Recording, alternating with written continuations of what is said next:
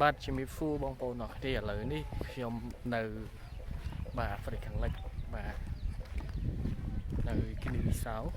បាទជាប្រទេសតូចមួយដែលនៅ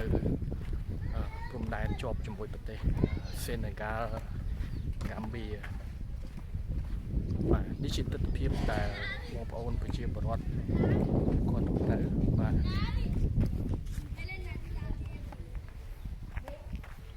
បាទ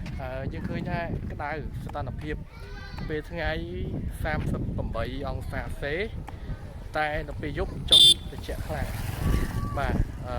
ស្ថានភាពដែលយើងអាចមើលនៅក្នុងទូរស័ព្ទប្រហែលជា22អង្សាបញ្ជាក់ស្ដែងហ្នឹងតំបន់ដែលខ្ញុំមកស្នាក់នៅហ្នឹងគឺត្រជាក់ខ្លាំងអាចរហូតទៅដល់17អង្សាបាទនេះជាស្ថានភាពភូមិរបស់សហគមន៍នៅទីនេះគាត់ទៅមានឈ្មោះថាសហគមន៍ស៊ីមបូរ៉េបាទក្តៅមែនតើបាទហើយអីដែលជាការកត់សម្គាល់របស់ខ្ញុំឃើញថាទីនេះមានប្រភេទរុក្ខជាតិមួយចំនួនដែលដូចគ្នាទៅនឹងស្រុកខ្មែររបស់យើងទី1មានដើមគោប៉ុន្តែដើមគោនេះធំខ្លាំងបាទធំជាងដើមគោស្រុកយើងហើយផ្លែរបស់វាក៏រៀងមូលត្រឡាញ់ជាងគោនៅស្រុកយើងផងដែរបាទទី2ឃើញប្រជាពលរដ្ឋនៅទីនេះគាត់ដាំដើមផ្ទីដែរខ្ញុំមើលទៅគឺដូចដើមផ្ទីមែនតើអញ្ចឹងខ្ញុំសន្មតថាវាជាផ្ទីបាទព្រោះខ្ញុំមើលប្រហែលជាចន្លោះ3ទៅ4ម៉ែត្រមិនទាន់បានស្ទាបប៉ះស្លឹករបស់វាទេបាទហើយក៏ឃើញមានខ្ញែបាទខ្ញែដូចគ្នាផងដែរបាទហើយជាពិសេសគឺដើមស្វាយបែបស្វាយបុរាណនៅស្រុកយើងដើមធំនេះបងប្អូនឃើញអានេះគឺដើមស្វាយបាទគឺអត់ដឹងថាផ្លែយ៉ាងម៉េចទេប៉ុន្តែបើមើលទៅលើផ្កាទៅលើស្លឹកទៅលើដើមក៏ដូចដើមស្វាយដែលប្រជាពលរដ្ឋរបស់យើងដាំនៅតាមស្រុកភូមិជាពិសេសនៅតំបន់កាចេះស្ទឹងត្រែងជាដើមគឺដូចប្រភេទស្វាយដើមធំអញ្ចឹងបាទហើយនៅនេះគេចិញ្ចឹមពពែបាទពពែច្រើនហើយផ្ទះវិញយើងមើលថាម៉ូដដូចគ្នាបាទគេប្រក់ស័ង្កសីហើយជញ្ជាំងធ្វើពីឥដ្ឋបាទឥដ្ឋប៉ុន្តែមិនមែនឥដ្ឋដីឥដ្ឋទេណាខ្ញុំអត់ដឹងបច្ចេកទេសហៅទៅប៉ុន្តែជាប្រភេទឥដ្ឋដែលធ្វើពីស៊ីម៉ង់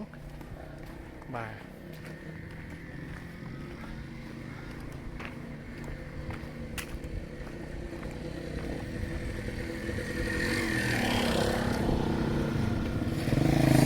នេះដូចដើមនេះចម្លែកបាទប៉ុន្តែមែកធៀងវាគឺដូចត្បូងយក្សចឹងដើមអត់ដូចត្បូងយក្សទេហើយ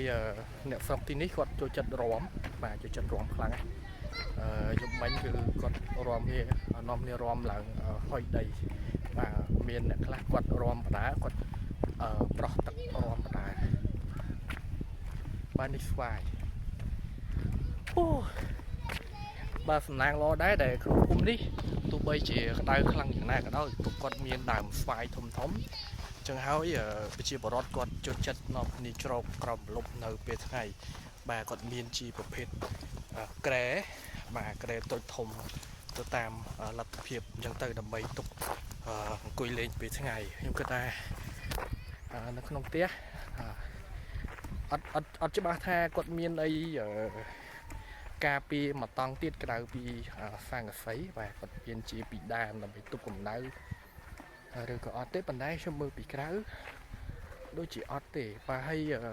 ដើមឈើមួយប្រភេទទៀតនោះគឺប្រភេទស្រុកខ្មែរយើងហៅឆាត់ម៉ាឡេបាទនោះគឺឆាត់ម៉ាឡេបងឃើញទេអាដើមឆាត់ម៉ាឡេអញ្ចឹងមិនដឹងថាឆាត់ម៉ាឡេនេះ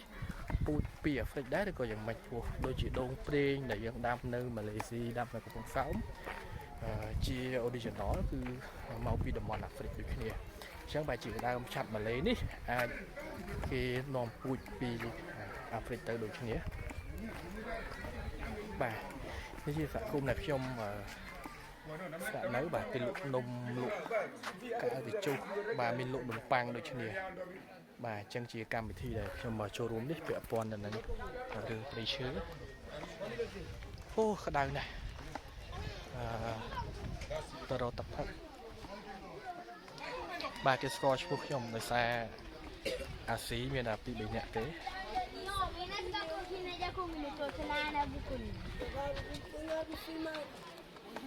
អូខេអរគុណច្រើន